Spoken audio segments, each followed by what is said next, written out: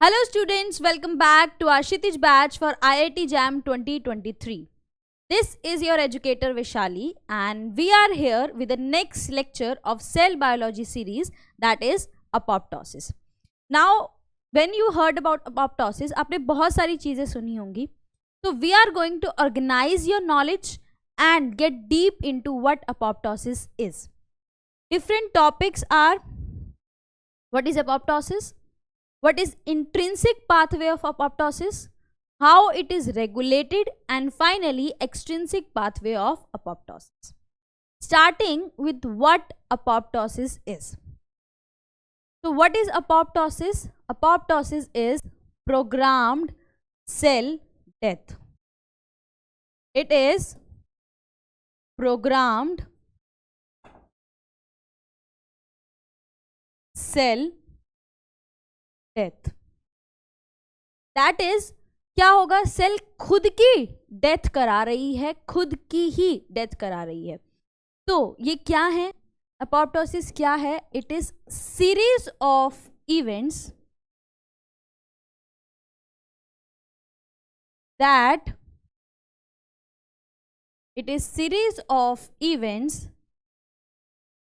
Lead to death of cell. एक particular sequence में एक के बाद स्टेप होंगे जिसका एंड रिजल्ट होगा कि आपकी सेल जो है उसकी डेथ हो जाएगी. एंड जब हम अपॉप्टोसिस की बात करते हैं, this is unique to animal cells. Your apoptosis is unique to animal cell. It is found in animal cells. Now आपने बहुत बार apoptosis के साथ एक और वर्ड सुना होगा, necrosis. Two words are there. Firstly we have apoptosis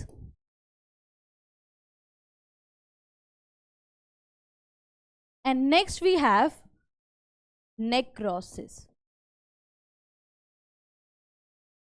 लेकिन मिलते जुलते टर्म्स हैं, सेम नहीं हैं. अपॉप्टोसिस और नेक्रोसिस एक दूसरे से मिलते जुलते हैं बट सेम नहीं हैं. अगर हम बात करते हैं नेक्रोसिस की, नेक्रोसिस में क्या होता है? नेक्रोसिस में अगर सेल को कोई इंजरी हो गई है, फिजिकल ट्रॉमा हो गया है, उस केस में नेक्रोसिस होता है. Necrosis it is the result of physical trauma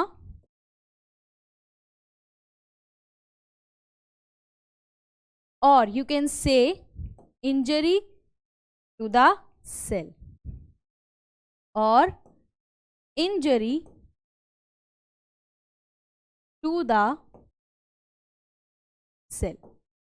necrosis तब होता है जब आपकी सेल किसी तरह से डैमेज हो गई है, उसमें कोई इंजरी हो गई है या उसे कोई ट्रॉमा है. लेकिन जब हम बात करते हैं अपॉप्टोसिस की, तो अपॉप्टोसिस कब होता है? या तो इररिप्लेसेबल डीएनए डैमेज है, सेल का डीएनए इस तरह से डैमेज हो गया है कि हम उसको ठीक नहीं कर सकते, या फिर नो यूज सेल्स. ऐसे सेल जिनका कोई यूज नहीं है, जैसे फॉर एग्जाम्पल आपने टी लिम्फोसाइट्स को एक्टिवेट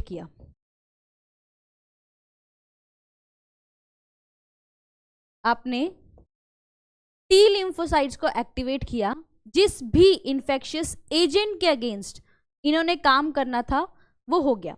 टी लिम्फोसाइट्स ने अपना काम कर दिया, इन्फेक्शियस एजेंट को निकाल दिया. अब टी लिम्फोसाइट्स का कोई यूज नहीं है, इसलिए these cells will undergo apoptosis. I am repeating again, वो सेल्स जो कोई काम की नहीं है बॉडी को, these undergo apoptosis. For example आपने टी लिम्फोसाइट्स प्रोड्यूस की एक पर्टिकुलर इन्फेक्शियस एजेंट के अगेंस्ट, उस इन्फेक्शियस एजेंट को बॉडी से एलिमिनेट कर दिया गया, तो अब आपकी टी लिम्फोसाइट्स कोई यूज की नहीं है, तो these can undergo apoptosis. And during embryonic development also. You can see during embryonic development also आपको apoptosis देखने को मिलता है. Initially जब एम्ब्रियोनिक स्टेज होती है उस टाइम पे हमारे जो हैंड्स होते हैं, एम्ब्रियो के हैंड्स होते हैं, वो पेडल होते हैं. दैट मीन्स फिंगर के बीच में भी सेल्स प्रेजेंट होती हैं. पेडल लाइक हैंड्स होते हैं एम्ब्रियो के. तो जब हमें इन फिंगर्स के बीच की जो सेल्स हैं इनको रिमूव करना है, we use apoptosis.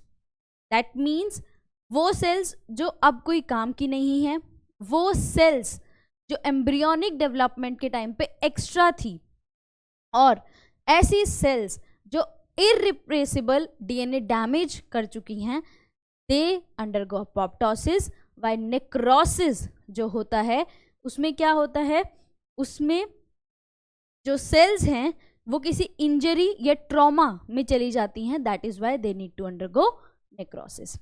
Now since ये दोनों अलग हैं तो इनके सिम्टम्स भी अलग अलग हैं, कैरेक्टरिस्टिक्स भी अलग अलग हैं.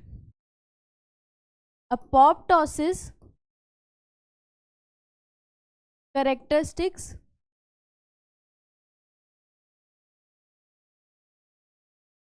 एंड वहीं पे अगर हम बात करें नेक्रोसिस कैरेक्टरिस्टिक, क्या क्या फीचर्स होते हैं. पहले आपको याद रखना है, जब अपोप्टोसिस होता है उस टाइम पे कोई भी सेलुलर कंटेंट सेल के बाहर रिलीज नहीं होता. कोई भी cellular content, no cellular content is released out. जो भी काम करना है, कुछ भी रिलेटेड अपोप्टोसिस से हो रहा है, वो सेल के अंदर होगा. सेल के कोई भी ऑर्गेनेल, कोई भी डिस्ट्रक्टिव पार्ट बाहर नहीं आएगा सेल के. लेकिन नेक्रोसिस में cellular content comes out.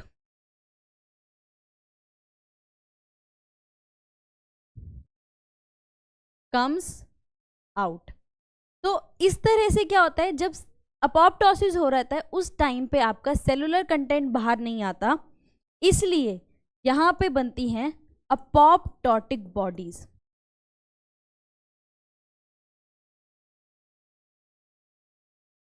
Apoptotic bodies क्या हैं? अपोप्टोटिक बॉडीज हैं मेम्ब्रेन बाउंड स्ट्रक्चर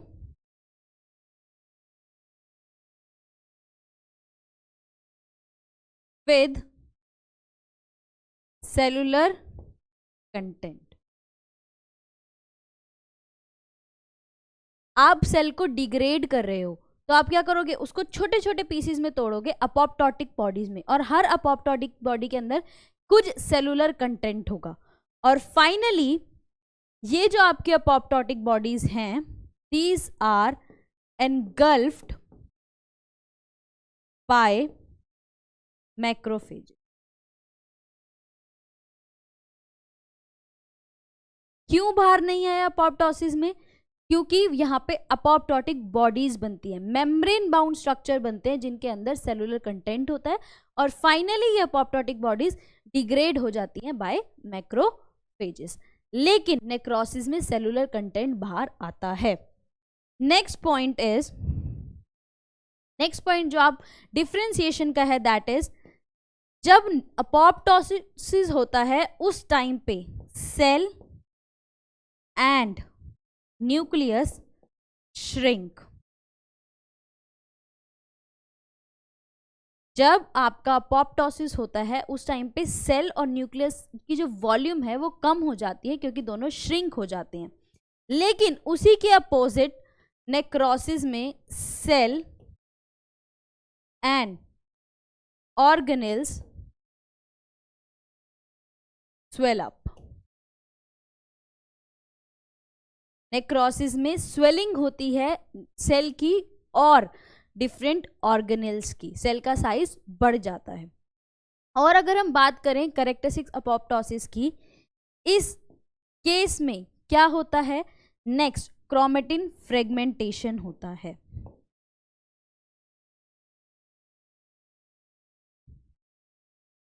क्रोमेटिन का फ्रेगमेंटेशन होता है।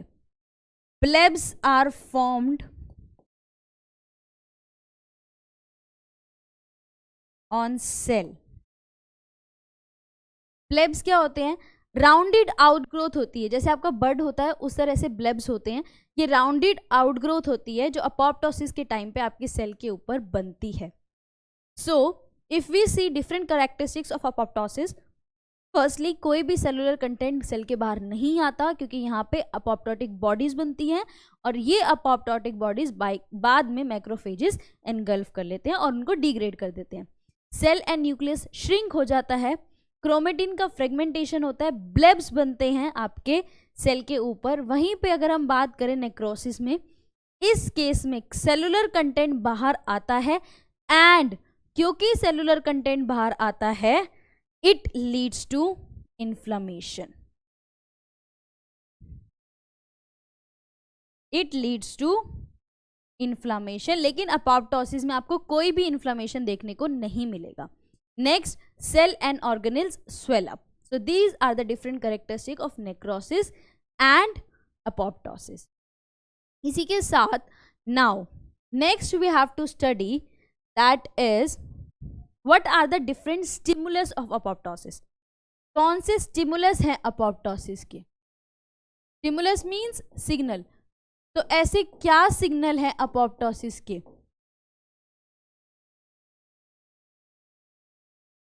Signal for apoptosis, firstly internal signals भी हो सकते हैं।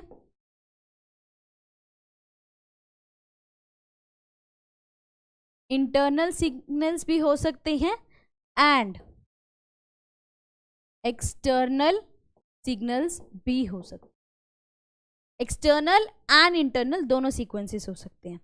इंटरनल सीक्वेंस कौन से हो सकते हैं?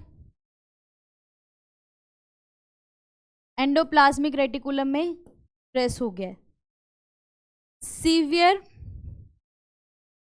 ऑक्सीडेटिव स्ट्रेस है। सीवियर ऑक्सीडेटिव स्ट्रेस का मतलब होता है कि सेल में जो रेडिकल्स हैं उनकी कंसंट्रेशन बढ़ गई है। Severe oxidative stress means body या आपकी जो सेल है उसके अंदर ऑक्सीडेटिव रेडिकल्स की कंसंट्रेशन बढ़ गई है। उसी के साथ extreme calcium concentration in cytoplasm. अगर साइटोप्लाज्म में कैल्शियम की कंसंट्रेशन बढ़ जाती है, that also leads to apoptosis. Next, hypoxia, oxygen की कमी हो गई है। And finally DNA damage. The different internal signals that lead to apoptosis are ER stress, severe oxidative stress, extreme calcium concentration in cytoplasm, hypoxia and DNA damage. And since it is following your internal stimulus, it follows your intrinsic pathway of apoptosis. It follows intrinsic pathway of apoptosis.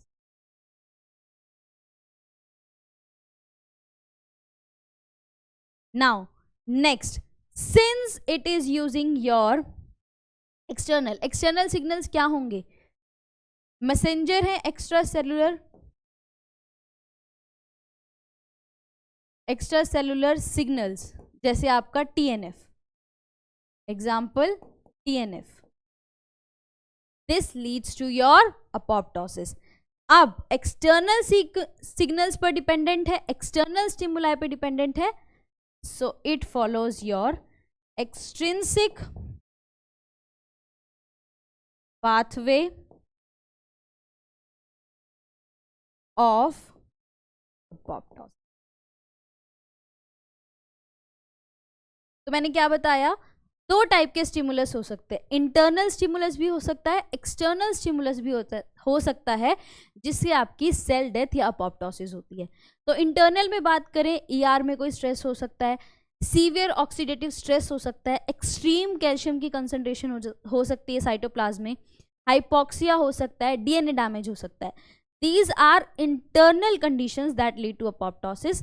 नाम है internal stimulus, so it follows your intrinsic pathway of apoptosis. Externally it will be by signals, जैसे कि आपका TNF, that is tumour necrotic factor. So these follow extrinsic pathway of apoptosis. Now one of the major component अब हमें discuss करना है, major component जो आपका apoptosis में यूज होता है। Major component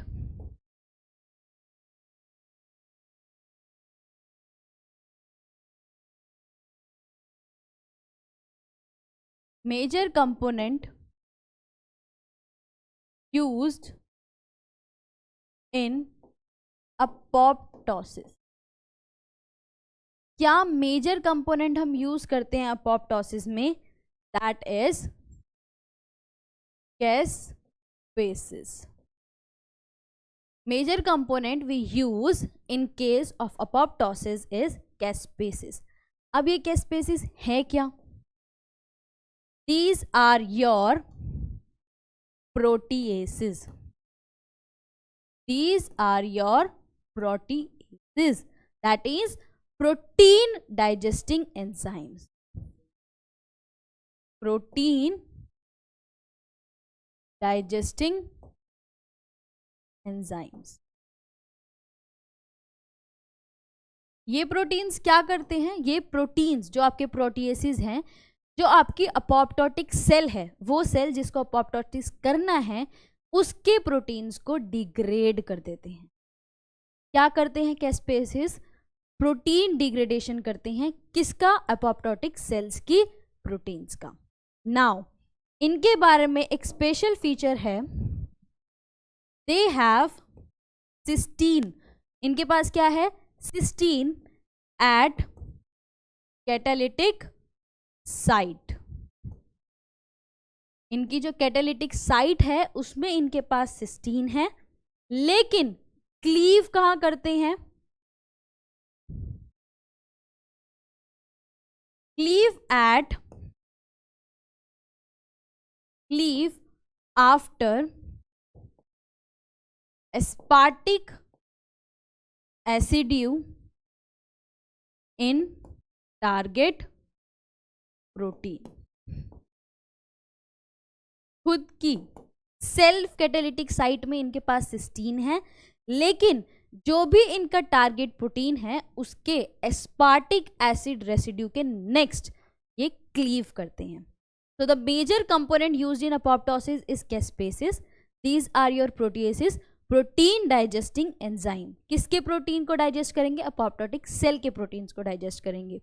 cysteine at catalytic unit and cleave after aspartic acid residue in target protein.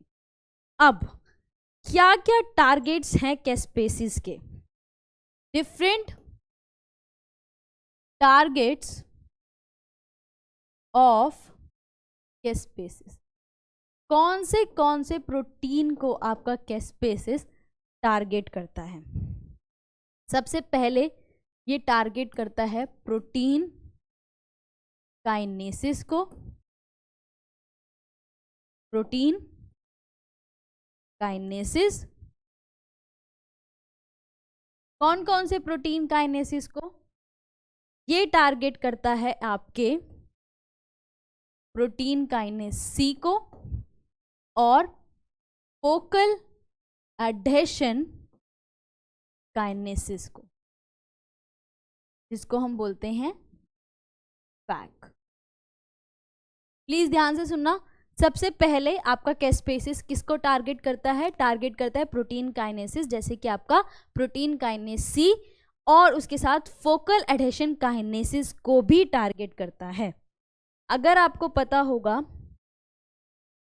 Focal adhesion kinesis क्या करते हैं? फोकल एडेशन आपकी दो सेल्स को कनेक्ट करके रखते हैं। फोकल एडेशन आपकी दो सेल्स को कनेक्ट करके रखते हैं। तो अगर आप फोकल एडेशन काइनेसिस को डिस्ट्रॉय कर दोगे तो जो सेल एडेशन है दैट इज डिस्टरप्टेड।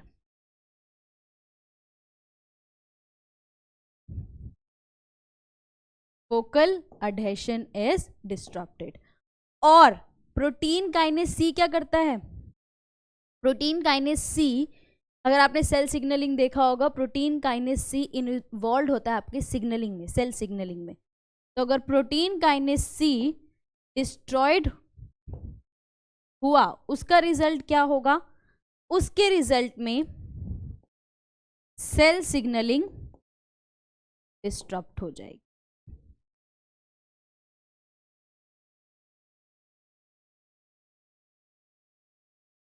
सबसे पहले कौन से टारगेट है? Protein kinase C and focal adhesion kinases. Focal adhesion आपकी दो नेबरिंग सेल्स को ज्वाइन करके रखता है। तो अगर आपने फोकल एडेशन काइनेसिस को डिस्ट्रॉय किया तो जो सेल एडेशन है, सेल सेल इंटरेक्शन है, दैट इज डिस्ट्रॉयड। सेकेंडली, अगर आपने प्रोटीन काइनेस सी को डिस्ट्रॉय किया तो आपकी सेल सिग्नलिंग डिस्ट्रॉय हो जाएगी। नेक्स्ट क्या टारगेट होता है? नेक्स्ट टारगेट होता है साइटोस्केलेटन प्रोटीन्स।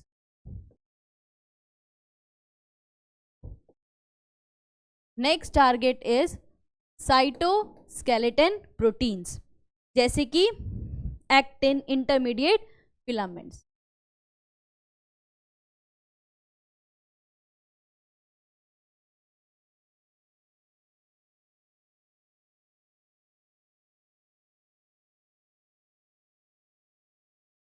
आपका जो नेक्स्ट टारगेट है आपके कैस्पेसिस का, दैट इज साइटोस्केलेटन प्रोटीन्स, जैसे कि एक्टिन और इंटरमीडिएट फिलामेंट्स।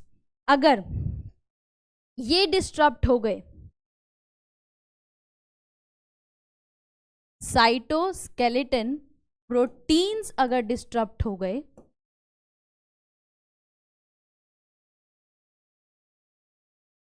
उसका रिजल्ट क्या होगा? सेल शेप चेंज हो जाएगी।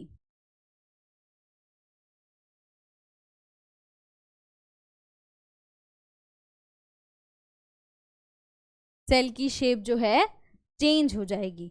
तो the next target of your caspases are cytoskeleton proteins, जैसे एक्टिन, इंटरमीडिएट फिलामेंट्स। और अगर हम साइटोस्केलेटन प्रोटीन्स को डिस्टर्ब करते हैं, that leads to change in cell shape. Third target जो होता है दैट इज एंडोन्यूक्लियस कैड। क्या टारगेट है आपका कैस्पेसिस का? कैड। कैड क्या है? एंडोन्यूक्लियसिस है, and that is caspase activated DNA. अब प्लीज ध्यान से सुनना काम कैसे करता है। नॉर्मल कंडीशन में आपका कैड एक इनहिबिटरी प्रोटीन से बाइंडेड है। नॉर्मल कंडीशन से आपका जो कैड है that is binded to a inhibitory protein. तो कैस्पेस क्या करता है?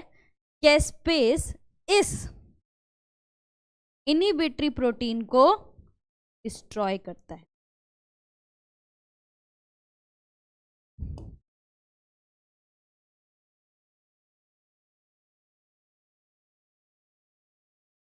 नॉर्मल कंडीशन में आपका जो कैड है वो एक इनहिबिटरी प्रोटीन से बाइंडेड है।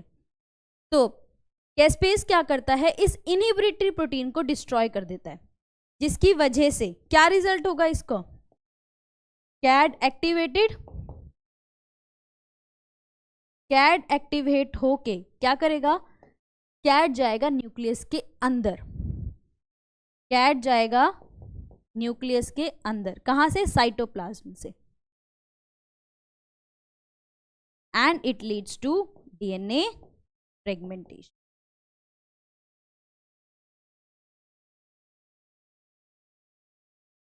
नेक्स्ट टारगेट जो हमने थर्ड डिस्कस किया that is endonuclease CAD caspase activated DNase. CAD क्या करता है, इनिबिटरी प्रोटीन से बाइंडेड होता है, कैस्पेस इस इनिबिटरी प्रोटीन को डिस्ट्रॉय कर देता है, जिसकी वजह से आपका कैड एक्टिवेट हो जाता है और साइटोप्लाज्म से न्यूक्लियस में चला जाता है and finally causes DNA fragmentation. Now अगर आपने ध्यान से देखा होगा तो जब हमने पढ़ा, यही तो पढ़ा था हमने, क्या क्या होता है, पहले पहले हमें सेल और न्यूक्लियस को श्रिंक कराना है। वो कैसी होगी, साइटोस्केलेटन जो है उनको हटा देंगे, साइटोस्केलेटन प्रोटीन्स को हटा देंगे, क्रोमेटिन फ्रेगमेंटेशन कैड कराएगा एंड ब्लब्स फॉर्म होंगे। तो हमने यहाँ पे भी यही देखा, हमारे जो टारगेट्स हैं, तो the next targets of your caspases क्या है, फर्स्ट प्रोटीन काइनेस। कौन से प्रोटीन काइनेस, पीकेसी और फोकल हेडेशन काइनेसिस। प्रोटीन काइनेस सी अगर डिस्ट्रॉय हुआ तो सेल सिग्नलिंग डिस्ट्रॉय होती है, अगर फोकल एडेशन काइनेसिस डिस्ट्रॉय हुए तो सेल एडेशन डिस्टर्ब हो जाती है। अगर नेक्स्ट टारगेट है साइटोस्केलेटन प्रोटीन्स, जैसे आपके एक्टिन, इंटरमीडिएट फिलामेंट्स, अगर इनका डिस्ट्रक्शन करते हैं तो सेल शेप चेंज हो जाती है एंड फाइनली कैड को एक्टिवेट करता है आपका कैस्पेस, जो आपका क्या करता है, डीएनए फ्रेगमेंटेशन कराता है। So this is the characteristics of apoptotic cell. ये फिगर आपको बताती है कैरेक्टरिस्टिक्स ऑफ एपोप्टोटिक सेल।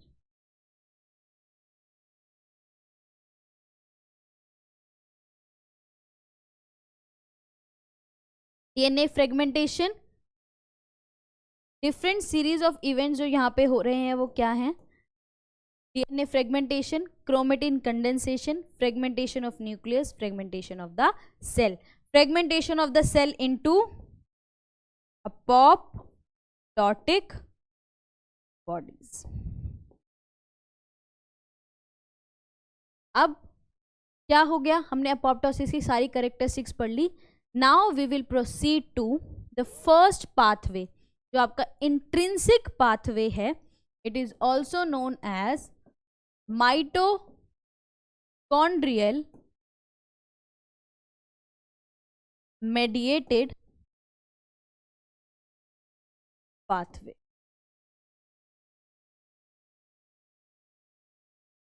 क्योंकि इसमें सबसे बड़ा जो रोल है that is played by mitochondria. अब देखो होता क्या है। Now since talking about is intrinsic pathway, that is mitochondrial mediated pathway, ये हम ऑलरेडी डिस्कस कर चुके हैं कि इंट्रिंसिक पाथवे है दैट मीन्स इंटरनल सिग्नल्स हैं। एंड कौन कौन से इंटरनल सिग्नल्स हमने डिस्कस किए हैं, that could be ER stress, severe oxidative stress, extreme calcium concentration in cytoplasm, hypoxia and DNA damage.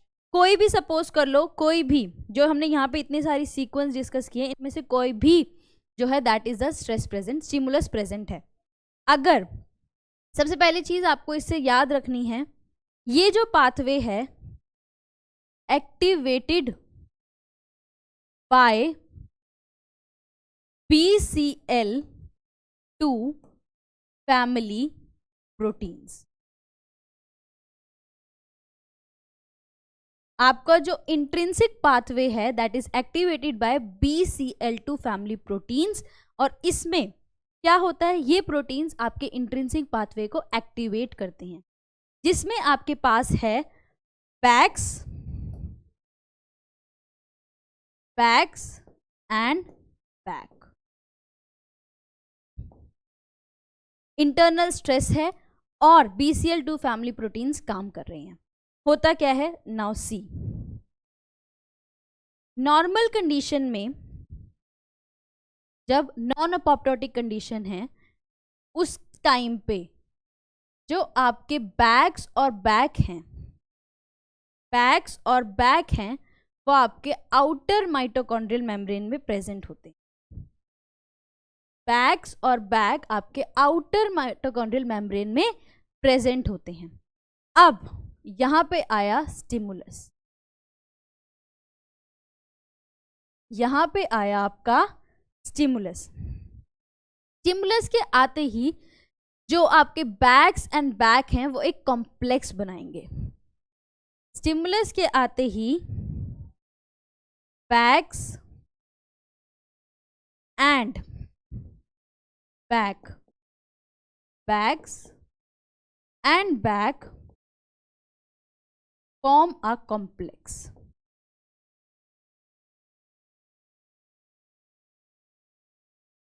Stimulus के आते ही बैक्स और बैक एक कॉम्प्लेक्स बनाएंगे, जिसकी वजह से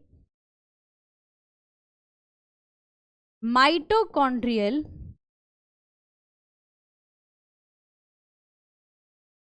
आउटर मेम्ब्रेन परमिबिलिटी इंक्रीज हो जाएगी।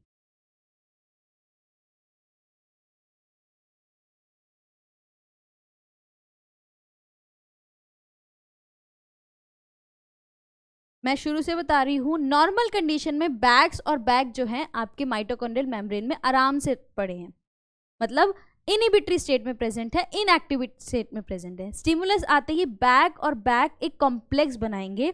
इस कॉम्प्लेक्स की वजह से जो माइटोकॉन्ड्रियल की मेम्ब्रेन प्रोबेबिलिटी है, परमिबिलिटी है, वो इंक्रीज हो जाएगी। इस परमिबिलिटी की वजह से बहुत सारे माइटोकॉन्ड्रिया के जो प्रोटीन्स हैं वो साइटोप्लाज्म में आ जाते हैं। इस परमेबिलिटी के इंक्रीज होते ही माइटोकॉन्ड्रिया के बहुत सारे प्रोटीन्स साइटोप्लाज्म में आ जाते हैं, जिसमें से एक सबसे इंपॉर्टेंट जो है that is your cytochrome C. Cytochrome C comes into cytoplasm. जब ये साइटोप्लाज्म, जो साइटोक्रोम सी है, साइटोप्लाज्म में आता है, क्या करता है ये? Forms wheel shaped, it forms wheel shape apoptosome. ये आपको याद रखना है। जब आपका साइटोक्रोम सी साइटोप्लाज्म में आता है, वो क्या बनाता है? Wheel shaped apoptosome. इस अपोप्टोसोम से इंटरैक्शन करके, इस अपोप्टोसोम के ऊपर आता है आपका प्रोकैस्पेस 9। इस अपोप्टोसोम पे क्या आता है? प्रोकैस्पेस 9। जब प्रोकैस्पेस 9 अपोप्टोसोम से इंटरैक्ट करता है, दैट एक्टिवेट्स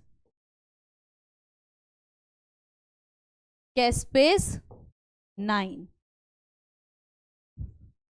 ये जो इंटरैक्शन है अपोप्टोसोम और प्रोकैस्पेस 9 की, ये आपके कैस्पेस 9 को एक्टिवेट कर देती है। जब आपको याद रखना है, योर कैस्पेस 9 इज इनिशिएटर कैस्पेस, क्योंकि ये आपके अपोप्टोसिस की शुरुआत करेगा। फाइनली आपका कैस्पेस 9 कैस्पेस 3 कैस्पेस 7 को एक्टिवेट करता है, and this leads to apoptosis. जो फाइनल जो इफेक्टर है आपके कैस्पेस 9 और कैस्पेस 7, इफेक्टर कैस्पेस है। मतलब फाइनल रिजल्ट किसकी मदद से आता है? कैस्पेस 3 और कैस्पेस 7 की मदद से आता है। कैसे होगा? स्टिमुलस आया, बैक्स और बैक ने कॉम्प्लेक्स बनाया, जिसकी वजह से माइटोकॉन्ड्रियल मेम्ब्रेन परमिबिलिटी इंक्रीज हो गई, और as a result cytochrome C कहाँ आ गया? साइटोप्लाज्म में। वहां पे उसने क्या बनाया? अपोप्टोसोम। अपोप्टोसोम से इंटरैक्ट करके क्या हुआ? प्रोकैस्पेस 9 एक्टिवेटेड स्टेज में आ गया, दैट इज कैस्पेस 9। उसने एक्टिवेट किया कैस्पेस 3 और 7, जिन्होंने सारा डिग्रेडेशन किया and cause the apoptosis. So this is your mitochondrial pathway of apoptosis. क्या हुआ? यू कैन सी बैक्स जिन्होंने कॉम्प्लेक्स बनाया, ये आपका अपोप्टोसोम है जिसमें कैस्पेस 9 एक्टिवेट हुआ, कैस्पेस 3 एक्टिवेट हुआ, and finally your cell death. So this is all about mitochondrial pathway of apoptosis, that is intrinsic pathway of apoptosis. Next we come to extrinsic pathway of apoptosis. Extrinsic means बाहर, external signals काम करेंगे. External signals मैंने अभी आपको एक example दिया था TNF. आप सोच सकते हो एक्सटर्नल सिग्नल्स जो होते हैं, external signals can be your cytokines. External sequence में आपके आते हैं साइटोकाइन्स जो आपके इस पाथवे को एक्टिवेट करते हैं. इस पाथवे में बहुत इंपॉर्टेंट रोल होता है डेथ रिसेप्टर का.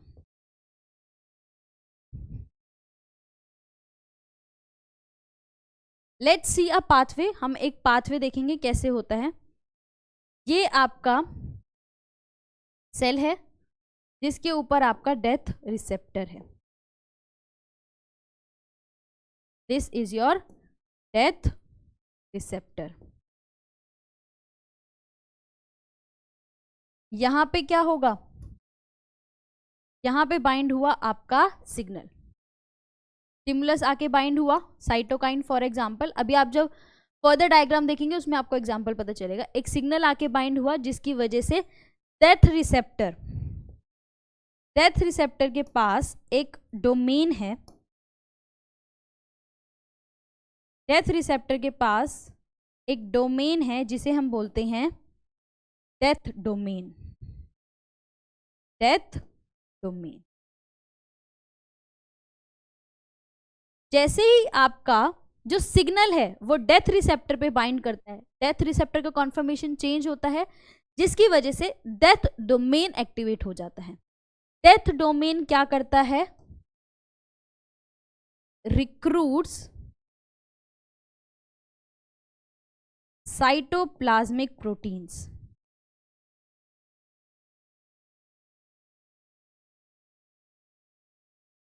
क्या होता है, ये जो होता है ये आपके बहुत सारे साइटोप्लाज्मिक प्रोटीन्स को अपनी तरफ लेके आता है. उनमें से 2 जो हैं वो हैं आपके प्रोकैस्पेस 8.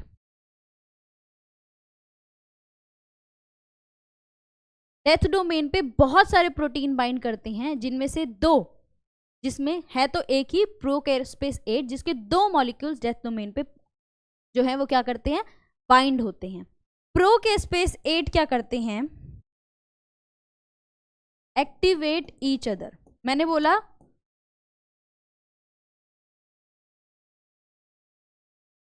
कि बहुत सारे प्रोटीन्स में से 2 मॉलिक्यूल ऑफ प्रोकैस्पेस 8 भी हैं. ये दोनों क्या करते हैं, एक दूसरे को एक्टिवेट करते हैं. कैसे, प्रो रीजन को कट कर देते हैं. जो इनएक्टिव करने वाला रीजन होता है एक दूसरे का उसको कट कर देंगे और एक्टिवेट करते ही क्या होगा, कैस्पेस 3 और 7 आएंगे. And we have already discuss caspase 3 and 7 आएंगे. That leads to apoptosis. That leads to apoptosis. क्या होना है, सबसे पहले डेथ रिसेप्टर बहुत जरूरी है आपका एक्सट्रिंसिक पाथवे में, जहां पर सिग्नल आते ही डेथ रिसेप्टर एक्टिवेट होता है. डेथ रिसेप्टर से डेथ डोमेन एक्टिव होता है जो बहुत सारे प्रोटीन को रिक्रूट करता है, जिसमें 2 मॉलिक्यूल्स ऑफ प्रोकैस्पेस 8 भी हैं. जैसे ही प्रोकैस्पेस 8 आते हैं वो एक दूसरे के प्रो रीजन को कट कर देते हैं and as a result caspase 8 active हो जाता है. कैस्पेस 8 क्या करता है, रिक्रूट करता है कैस्पेस 3 और कैस्पेस 7 को and finally that leads to your apoptosis. तो इनिशिएटर क्या है, इनिशिएटर कैस्पेस प्रोकैस्पेस 8 है and effector is your caspase 3 and 7. So ये है आपका दैट इज इंट्रिंसिक, जो हमने अभी पढ़ा एक्सट्रिंसिक पाथवे ऑफ अपॉप्टोसिस. यहां पर सिग्नल का काम कौन कर रहा है, यहां पर सिग्नल का काम कर रहा है आपका टीएनएफ. टीएनएफ को एज अ सिग्नल यूज किया गया रिसेप्टर से. टीएनएफ रिसेप्टर से बाइंड किया और टीएनएफ रिसेप्टर एक डेथ रिसेप्टर है. तो आप देख रहे हो डेथ डोमेन पे बहुत सारे प्रोटीन्स आ गए जिसमें इनिशिएटर कैस्पेस 8 भी है आपका, एग्जीक्यूटर कैस्पेसिस 3 and 7 आएंगे, and finally that leads to your cell death. So this is your apoptosis by extrinsic pathway. Next we have to cover is regulation of apoptosis. Regulation of apoptosis किसके through होता है? It is done by BCL2 family proteins. BCL2 family proteins जो हैं वो control करते हैं, regulate करते हैं अपॉप्टोसिस. कैसे करते हैं? इनके पास 3 फैमिलीज हैं, 3 ग्रुप्स हैं. एक पहले याद रखना है, PCL फैमिली प्रोटीन के पास PH डोमेन होता है. PH डोमेन होता है, ये बहुत इंपॉर्टेंट है, याद रखना. तो हम जो BCL2 फैमिली जीन्स हैं उनको 3 कैटेगरीज में डिवाइड करते हैं. Pro apoptotic,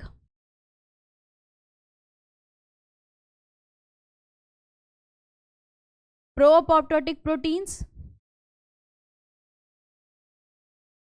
anti apoptotic,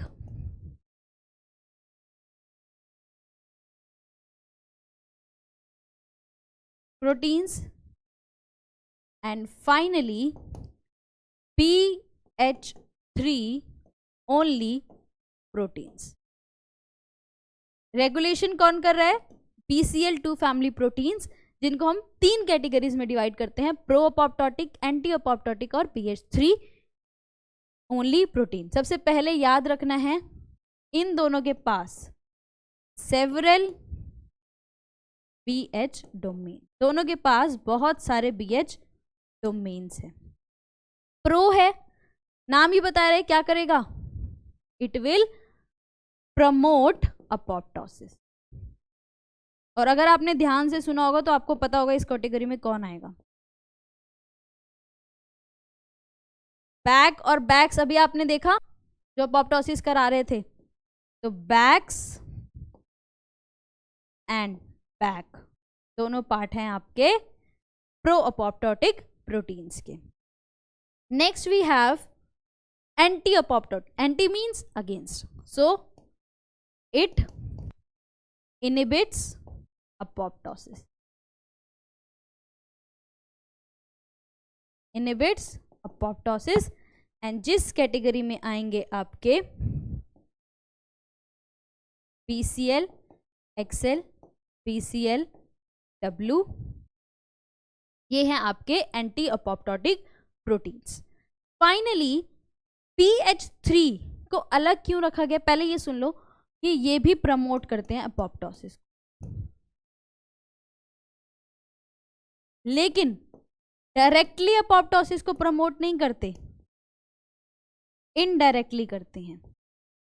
indirectly मतलब या तो एंटी अपॉप्टोटिक को इनहिबिट कर देते हैं या फिर प्रो अपॉप्टोटिक को एक्टिवेट कर देते हैं. डायरेक्टली काम नहीं कर रहे, लेकिन इनडायरेक्टली अपॉप्टोसिस को प्रमोट कर रहे हैं, एंटी अपॉप्टोटिक को इनहिबिट करके और प्रो अपॉप्टोटिक को एक्टिवेट करके. इनका नाम BH3 ओनली क्यों है? क्योंकि इनके पास ओनली 1 BH डोमेन है. इनके पास सिर्फ एक ही डोमेन है. इसका एग्जाम्पल है प्यूमा. सो हमने देखा कि जो आपके BCL2 फैमिली प्रोटीन्स हैं वो रेगुलेट करते हैं आपके अपॉप्टोसिस को. सबसे पहले जो मेन इंपॉर्टेंट फीचर है दैट इज इनके पास BH डोमेन है. हम इनको 3 कैटेगरीज में डिवाइड करते हैं, प्रो अपॉप्टोटिक, एंटी अपॉप्टोटिक और BH3 ओनली प्रोटीन्स. क्या करते हैं pro apoptotic? Pro means promote, apoptosis को प्रमोट करते हैं, जैसे बैक्स और बैक, जिनका रोल आपने अभी माइटोकॉन्ड्रियल पाथवे में देखा.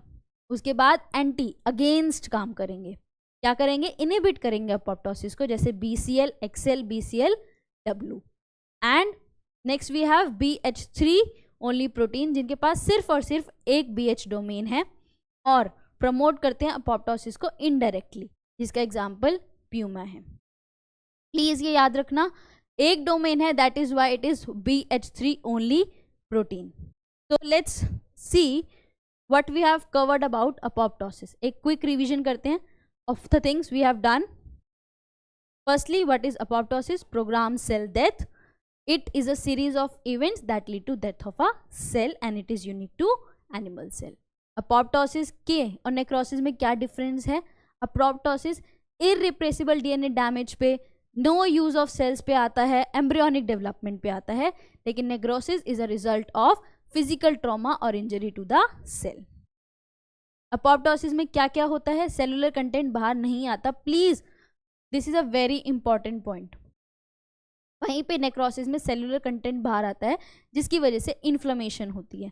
अपोप्टोटिक बॉडीज मैक्रोफेजेस आइडेंटिफाई करते हैं एंड मेम्ब्रेन बाउंड स्ट्रक्चर है with the cellular content. Cell and nucleus shrink हो जाती है, क्रोमेटिन फ्रेगमेंटेशन होता है, blebs are formed on cells. Stimulus for apoptosis internal external दोनों हो सकते हैं.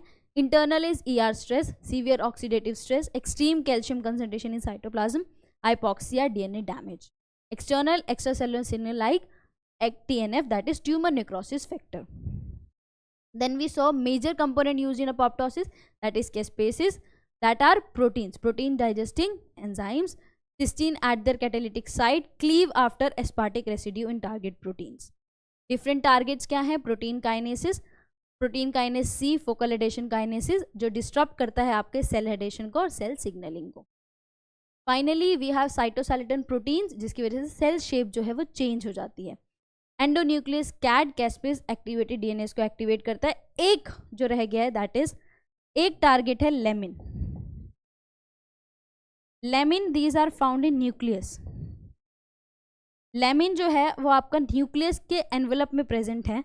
तो अगर लेमिन को डिस्टर्ब करते हैं तो न्यूक्लियस डिस्टर्ब हो जाएगा. एक और टारगेट जो है आपका कैस्पेसिस का दैट इज योर लेमिन्स. तो अगर लेमिन को डिस्टर्ब करते हैं तो न्यूक्लियस भी डिस्टर्ब हो जाएगा. This was about characteristics. Then we have intrinsic pathway, mitochondrial mediated pathway activated by BCL2 family proteins where we used are Bax and Bak जो नॉर्मली अलग अलग प्रेजेंट है. स्टिमुलस आते ही दोनों एक साथ आ जाएंगे. माइटोकॉन्ड्रियल मेम्ब्रेन की परमेबिलिटी को बढ़ा देंगे, साइटोक्रोम C को साइटोप्लाज्म में ले आएंगे, वहाँ पे प्रो कैस्पेस 9 को एक्टिवेट करेंगे जो फाइनली कैस्पेस 3 और 7 को एक्टिवेट करते हुए अपोप्टोसिस कराएगा. फिर हम आए next we studied in extrinsic pathway जहाँ पे एक्सटर्नल सिग्नल साइटोकाइंस को यूज़ करेंगे. यहाँ पे डेथ रिसेप्टर का बहुत बड़ा रोल है. सिग्नल आके डेथ रिसेप्टर पे बाइंड करता है, डेथ डोमेन को एक्टिवेट करता है जो साइटोप्लाज्मिक प्रोटीन्स को लेके आता है जिसकी वजह से प्रो कैस्पेस 8 एक्टिवेट होता है जो फाइनली कैस्पेस 3 और 7 को एक्टिवेट करता हुआ एपोप्टोसिस कॉज करता है. Then we studied regulation. Okay, तो regulation is done by BCL2 family proteins. Pro apoptotic promote करेंगे, एंटी अपोप्टोटिक इनहिबिट करेंगे, BH3 इनडायरेक्टली प्रमोट कर रहे हैं. तो ये फिगर यहाँ पे डोमेन्स बता रहा है. एंटी अपोप्टोटिक अगर आप देखो तो आपके पास 4 डोमेन्स दिख रहे हैं जिसमें आपके पास BCL2 और BCLXL ये एग्जाम्पल्स हैं. फाइनली प्रो अपोप्टोटिक में बैक और बैक्स जो आपको दिख रहा है जिसमें आपके पास 3 डोमेन्स हैं BH3. फिर आपके पास pro apoptotic that is Bid, Bad, Noxa, Puma, Bim जिसके पास सिर्फ और सिर्फ एक BH डोमेन है. इसके साथ I want to tell you one thing. मैंने आपको बोला था कि अपोप्टोटिक जो बॉडीज हैं, अपोप्टोटिक बॉडीज जो हैं वो एनगल्फ हो जाती हैं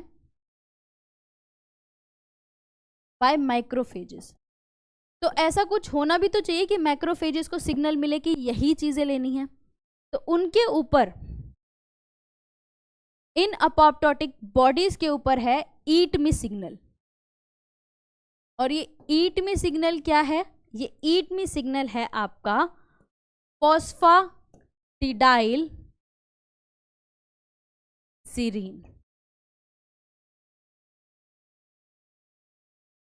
जो आपकी अपोप्टोटिक बॉडीज हैं उनके ऊपर ईट मी सिग्नल है दैट इज फॉस्फाटिडाइल सीरीन. जब फॉस्फाटिडाइल सीरीन नॉर्मली सेल्स में प्रेजेंट है तो वो इनर लीफलेट में प्रेजेंट होता है, लेकिन अपोप्टोटिक बॉडीज के केस में वो सेल सरफेस पे आ जाता है, सेल के बाहर आउटर लीफलेट में एक्सप्रेस होने लग जाता है and that denotes your eat me signal. अब मैं अगर हम नॉर्मल सेल बात करें, नॉर्मल सेल में फॉस्फेटिडाइलसीरीन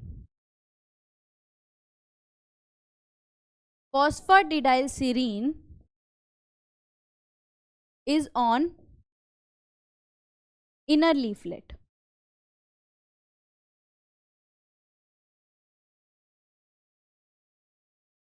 लेकिन जब आपकी अपोप्टोटिक बॉडी है, that is phosphatidylserine is on outer leaflet. So this is very important to be remembered. So this is all about your apoptosis. Let's see a few questions. First question says, which of the following, there are some proteins BCL2, BCLXL, A1, BAX, which of the protein is not anti-apoptotic? पहले बता देती हूँ, A1 is used in cell survival. A1 जो आपका protein है उसका cell survival में बहुत बड़ा रोल होता है. तो आपको बताना है कौन सा नहीं है एंटी अपॉप्टोटिक. कौन सा नहीं है? BCL2 you have seen it's anti apoptotic, BCLXL is also anti apoptotic. A1 मैंने बता दिया कि वो सेल सर्वाइवल में है, तो दैट मीन्स एंटी अपॉप्टोटिक ही होगा. So the only protein which is not anti apoptotic is D only. Next we have DNA fragmentation is a characteristic feature of, ये तो बहुत डायरेक्ट क्वेश्चन है, we have done it. One of the feature of your apoptotic cell is DNA fragmentation, जिसके लिए आपके पास specific DNAs को activate किया जाता है. तो it is the function of cell growth. Which of the following organelle is involved in apoptosis? This is also very direct. So the answer is mitochondria. Cytochrome C is normally found in outer mitochondrial membrane. It is released in cytoplasm during. कब आएगा cytochrome C बाहर? It comes during apoptosis. So this is all about apoptosis. I hope I was able to make you understand this concept. Thank you very much.